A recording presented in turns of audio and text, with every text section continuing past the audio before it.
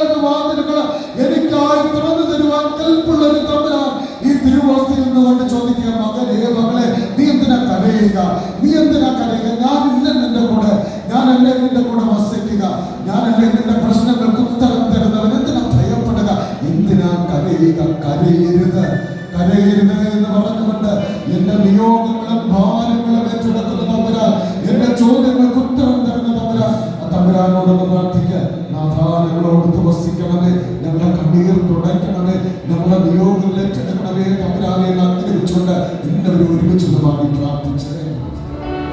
കൂടെ വസിക്കണേ, പോകരുതേ, കൂട്ടുവേണം നിന്റെ സ്നേഹബലം.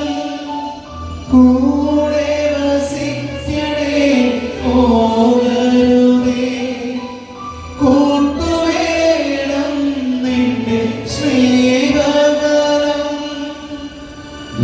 സുശേഷം 20-19 വാക്യങ്ങളില് ഇങ്ങനെ ശിഷ്യന്മാർ ഭയന്ന് വിറച്ച് മുറിക്കകത്തിരിക്കുമ്പോൾ ക്രിസ്തു ആ മുറിക്കകത്തേക്ക്, അടച്ചിട്ട മുറിക്കകത്തേക്ക് കടന്നു വന്നുകൊണ്ട് അവൻ പറയുക, നിങ്ങൾക്ക് സമാധാനം.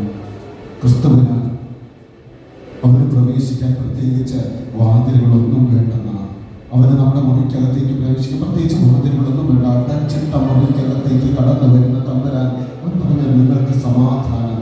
സമാധാനമില്ലാത്ത അവസ്ഥകളുണ്ട് എങ്കിലും സമർപ്പിച്ച് പ്രാർത്ഥിച്ച്, കുടുംബത്തിൽ സമാധാനമില്ലാത്ത അവസ്ഥകൾ, മക്കളുടെ ചിലപ്പോൾ വഴിവിട്ട ബന്ധങ്ങൾ, മക്കളെ വഴിതെറ്റിപ്പോയത്, ഒരുപക്ഷെ ജീവിത പങ്കാളി തരുന്ന ചില വേദനകളൊക്കെ സമർപ്പിച്ചുകൊണ്ട് പ്രാർത്ഥിച്ച്, കുടുംബത്തിൽ എപ്പോഴും കലഹങ്ങൾ, കുടുംബത്തിൽ എന്തൊക്കെയോ ചില വിഷമതകൾ, കുടുംബത്തിലെ പൈശാചിക ശക്തികൾ നടമാടുന്നുണ്ട് എങ്കിൽ സമാധാനം കഴിവുള്ള ഒരു തമ്പുരാനാണ്.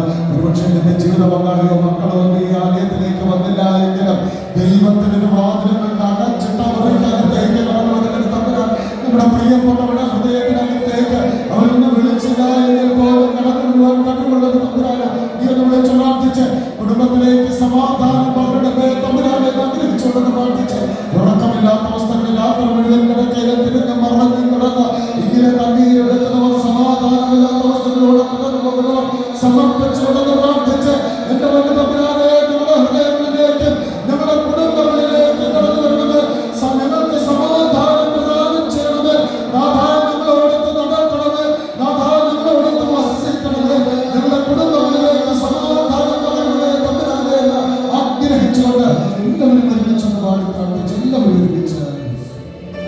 കൂടെ വസിക്കണേ, പോകരുതേ, കൂട്ടുവേണം നിന്റെ സ്നേഹബലം.